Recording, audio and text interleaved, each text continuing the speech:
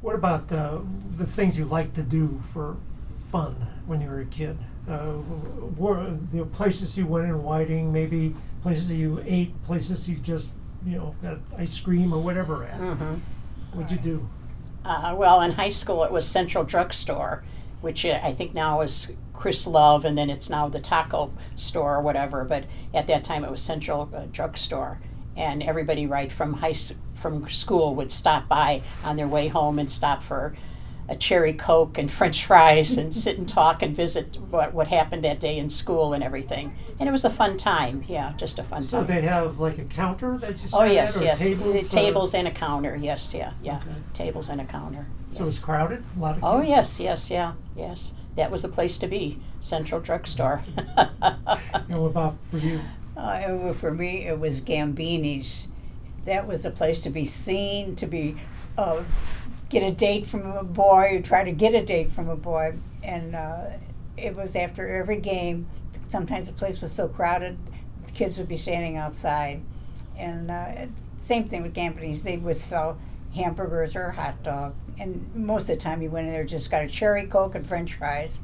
I mean, they knew that that's all the kids were getting, but they were a great place to be. They had a jukebox on by every counter, the kind that you put the nickel in, so kids could sit there and feed their nickels or quarters into the jukebox and drink their Coke and eat their French fries. So Central Drug was a drugstore with a counter. What was Gambini's? Gambini's was directly across the street from What City Hall. What was it? Gambini's was like a lunchroom. Okay. Yeah, a lunchroom. And Central Drug was originally behind the bank. It started there behind the bank. Behind which bank? Centier Bank. Okay. At that time it was Schrog's Bank. It was right on the alley. Then they moved to the corner of where they are now. Also, I forgot in high school, Andy's Pizza by the community center. That was a big place to go to. And I think that was about the first time that people in Whiting start ordering pizzas. Because at that time, it wasn't, there wasn't a pizza place on every other corner, but it was, I think Andy came back from the war or something, and he brought the idea of making pizzas, and everybody would go there all the time, too. Did they have places to sit and eat? Yes. Oh, yeah, he had tables in there. There was carry-out, but also had tables, yeah. And where were they located? Well, it's where Walgreens parking lot is now, but at that time, it was in that area there. It was... It's on the boulevard. Well, no, that was, what is that street there? Center Street? Or Community Court? Community Court or whatever, right on the corner. Right, on the corner there. It was a building that was, I think at one time it was Granny's store, that she had a store in there or whatever. Okay.